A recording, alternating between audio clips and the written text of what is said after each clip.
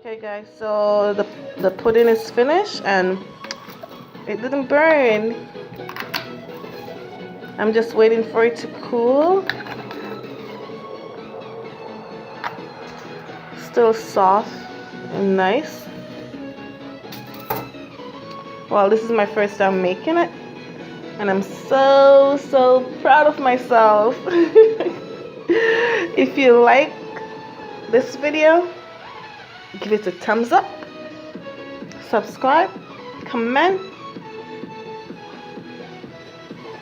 just like it.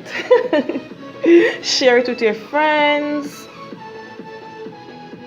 I hope you enjoy watching part 2 of bacon Jamaican potato pudding. Love you guys. See you tomorrow. Good night.